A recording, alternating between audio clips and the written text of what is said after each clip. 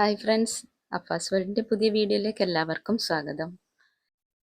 ഇന്നത്തെ സ്പെഷ്യൽ എന്ന് പറയുന്നത് കയ്പ കൊണ്ടുള്ള ഒരു അടിപൊളി കൊണ്ടാട്ടാണ്.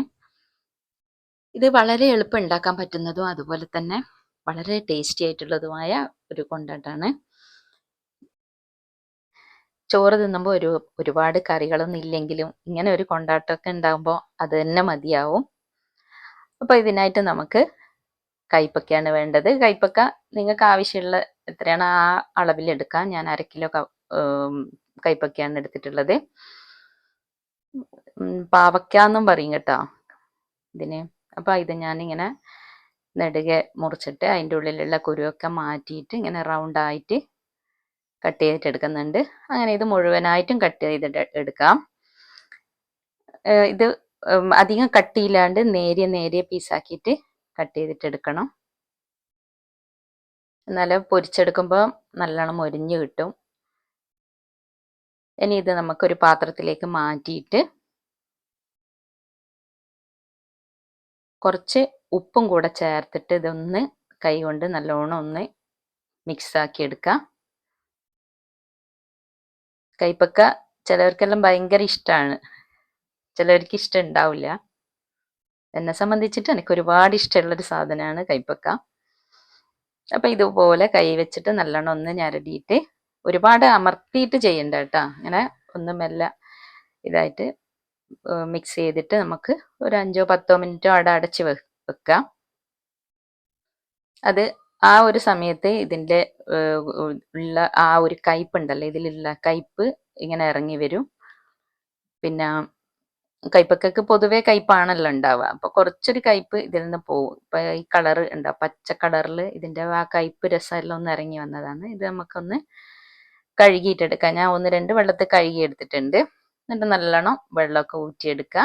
ഇനി ഇതിലേക്ക് ആവശ്യമുള്ളതെല്ലാം നമുക്ക് ചേർത്ത് കൊടുക്കാം. 2 ടേബിൾ സ്പൂൺ കടലമാവ്, 2 ടേബിൾ സ്പൂൺ മുളക് പൊടി, അത് എരിവിന് ആവശ്യാനുസരണം നിങ്ങൾക്ക് ചേർത്ത് കൊടുക്കാം. അതുപോലെ 2 ടേബിൾ സ്പൂൺ അരിപ്പൊടി, പച്ചരിപ്പൊടി ചേർത്ത് കൊടുക്കാം. പിന്നെ കോൺഫ്ലവർ 2 ടേബിൾ സ്പൂൺ ചേർത്ത് കൊടുക്കാം. 1 ടേബിൾ സ്പൂൺ മല്ലിപ്പൊടി ചേർത്ത് കൊടുക്കാം. 1 ടീസ്പൂൺ മഞ്ഞൾപ്പൊടി, 1 ടീസ്പൂൺ വലിയ ജീരകം പൊടിച്ചിട്ട് ചേർത്ത് കൊടുക്കാം.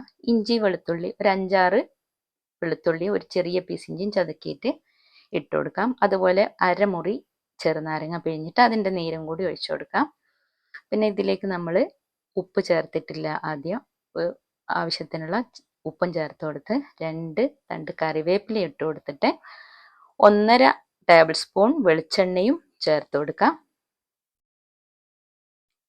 എന്നിട്ട് ഇതെല്ലാം നന്നായിട്ടൊന്ന് മിക്സ് ചെയ്തിട്ടെടുക്കാം. സാധാരണ ഇത് വേറെ രീതിയിലൊക്കെ ഉണ്ടാക്കാറുണ്ട് കൊണ്ടാട്ടം. ഇങ്ങനെ നിങ്ങൾ തയ്യാറാക്കിയിട്ടുണ്ടെങ്കിൽ ഒന്ന് കമൻറ്റ് ചെയ്യാം. അപ്പോൾ ഇതെല്ലാം ഒന്ന് മിക്സ് ആക്കിയിട്ട് നമുക്ക് മാറ്റി വെക്കാം.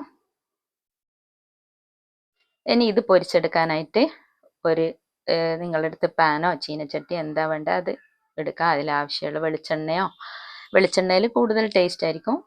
അല്ലെങ്കിൽ നമുക്ക് ആവശ്യമുള്ള ഓയിലോ എന്താണ് അത് ചേർത്തിട്ട് എണ്ണ നന്നായിട്ട് തിളച്ച പോലെയുള്ള ചൂടാകുമ്പോഴാണ് നമ്മൾ ഇതിട്ട് കൊടുക്കേണ്ടത്. പിന്നെ മീഡിയം ഫ്ലെയിമിലാക്കിയിട്ട് വെച്ച് കൊടുക്കുക. ഒരുപാട് പെട്ടെന്ന് ആവുമ്പം പെട്ടെന്ന് നമുക്ക് ഇപ്പം പൊരിച്ചെടുക്കുമ്പോൾ പിന്നെ ശരിക്കും ക്രിസ്പി ആയിട്ട് കിട്ടൂല.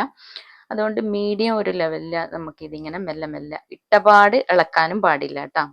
കുറച്ച് സമയം ഇട്ട് കഴിഞ്ഞാൽ അതുപോലെ തന്നെ വെക്കുക. കുറച്ച് സമയം കഴിഞ്ഞിട്ട് ഒന്ന് ഇളക്കി തിരിച്ചും മറിച്ചൊക്കെ ഇട്ടിട്ട് ഇത് ഇങ്ങനെ ഇളക്കിയിട്ട് പൊരിച്ചെടുക്കുക. ഇതിപ്പം നല്ല ക്രിസ്പി ആയിട്ടുള്ളത്. അങ്ങനെ ഇത് മൊത്തം ഞാൻ ഇതുപോലെ തന്നെയാണ് പൊരിച്ചെടുക്കുന്നത്. ഞാൻ കുറച്ച് മാത്രമേ ഓയിൽ ഉപയോഗിച്ചിട്ടുള്ളൂ. കാരണം ഇത് പൊരിച്ചു കഴിഞ്ഞാലുള്ള ഓയിൽ വേസ്റ്റ് ആകണ്ടെന്ന് വെച്ചിട്ട് കുറേശ്ശെയായി പൊരിച്ചെടുക്കുക ചെയ്തത്. ഇനി അതേ ഓയിലിൽ തന്നെ ഞാനിപ്പം കുറച്ച് വെളുത്തുള്ളിയും 2 പച്ചമുളകും അതുപോലെ കുറച്ച് പിന്നെ വറ്റൽമുളകും കറിവേപ്പിലയും എല്ലാം ഇട്ടിട്ട് ഒന്ന് ഈ എണ്ണയിൽ തന്നെ ഒന്ന് വറുത്തിട്ട് നമുക്കിതിലേക്ക് ഒഴിച്ചു കൊടുക്കാം. ചെറുതായിട്ടൊന്ന് മൂത്ത് വന്നാൽ തന്നെ അത്രയും മതിയാവും. എന്നിട്ട് നമ്മൾ ഇറക്കി വെച്ച കൊണ്ടാട്ടമുണ്ടല്ലോ അതിലേക്ക് ഇത് ഒഴിച്ചു കൊടുക്കാം. അപ്പോൾ അടിപൊളി നമ്മുടെ കൈപ്പക്ക കൊണ്ടാട്ടം റെഡി ആയിട്ടുണ്ട്. വളരെ ടേസ്റ്റ് ഉണ്ട് കേട്ടോ. ഇത് വെറുതെ ഇങ്ങനെ ഇരുന്ന് തിന്നുമ്പോൾ നല്ല ടേസ്റ്റാണ്. അങ്ങനെ കയ്പൊന്നും തോന്നുന്നില്ല. പിന്നെ കയ്പക്ക എന്ന് പറഞ്ഞാൽ പൊതുവെ കയ്പാണ്. ഒരു ഇച്ചിരി കയ്പൊക്കെ ഉണ്ടാവും. പക്ഷെ എനിക്ക് അങ്ങനെ കയ്പായിട്ടൊന്നും തോന്നിയിട്ടില്ല. അപ്പോൾ നിങ്ങൾ ഇതുപോലെ തയ്യാറാക്കിയിട്ടില്ലെങ്കിൽ എന്തായാലും ഇതൊരു മസ്റ്റ് ട്രൈ ആയിട്ട് എടുത്തിട്ട് ചെയ്ത് നോക്കാം. എൻ്റെ ഈ വീഡിയോ ഇഷ്ടമായിട്ടുണ്ടെങ്കിൽ ലൈക്ക് ചെയ്യുക, ഷെയർ ചെയ്യുക, അതുപോലെ സബ്സ്ക്രൈബ് ചെയ്യാതെ കാണുന്ന കൂട്ടുകാരൊക്കെ ഒന്ന് സബ്സ്ക്രൈബ് ചെയ്യാം. അപ്പോൾ നിങ്ങൾ എന്തായാലും ഇത് ഒന്ന് ട്രൈ ചെയ്ത് നോക്കണം. നല്ല ടേസ്റ്റിയാണ്, വെറുതെ പറയല്ല, ഉറപ്പായിട്ട് ഉണ്ടാക്കി നോക്കുക.